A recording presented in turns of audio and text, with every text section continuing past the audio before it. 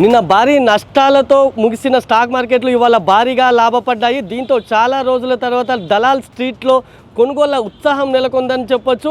వరుస నష్టాలతో 5 నెలల కనిష్టానికి పడిపోయిన సూచీలు ఇవాళ అనూహ్యంగా కొనుగోళ్ల మద్దతు భారీగా లాభపడ్డాయి.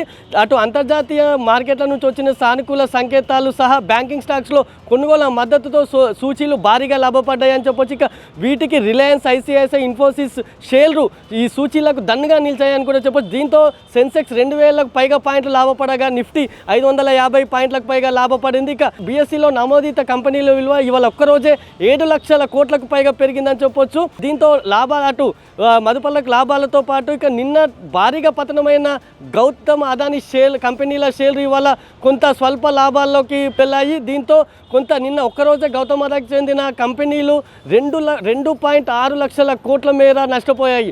ఒక్క రోజులోనే గౌతమ్ అదానీ అటు సంపద 2.6 లక్షల కోట్లు ఆవిరవ్వగా ఇవాళ కొంతమేర ఆయనకు ఊరట దక్కిందని చెప్పొచ్చు. ఆయన కంపెనీల షేర్లు ఇవాళ స్వల్ప లాభాల్లో కొనసాగాయి. ఇక మరోవైపు ఒక్కసారి మనం చూసుకుంటే సెన్సెక్స్ ఉదయం 77,349 పాయింట్ల వద్ద ప్రారంభమవగా ఆ తర్వాత లాభాల పరంపర కొనసాగిందని చెప్పొచ్చు. ఇక ఇంట్రాడేలో 2,000 పాయింట్లకు పైగా లాభపడి చివరకు 1961 పాయింట్లతో 79,117 వద్ద సెన్సెక్స్ ముగిసింది. ఇక నిఫ్టీ కూడా 557 పాయింట్ల లాభంతో ముగిసింది. ఇక సెన్సెక్స్ 30 సూచీలలో హెచ్డిఎఫ్సి బ్యాంక్ మిగతా అన్ని లాభపడ్డాయని చెప్పొచ్చు. ముఖ్యంగా స్టేట్ బ్యాంక్ ఆఫ్ ఇండియా, అటు టీసీఎస్, ఐటీసీ, టైటాన్, ఇన్ఫోసిస్ షేర్లు ప్రధానంగా లాభపడ్డాయి.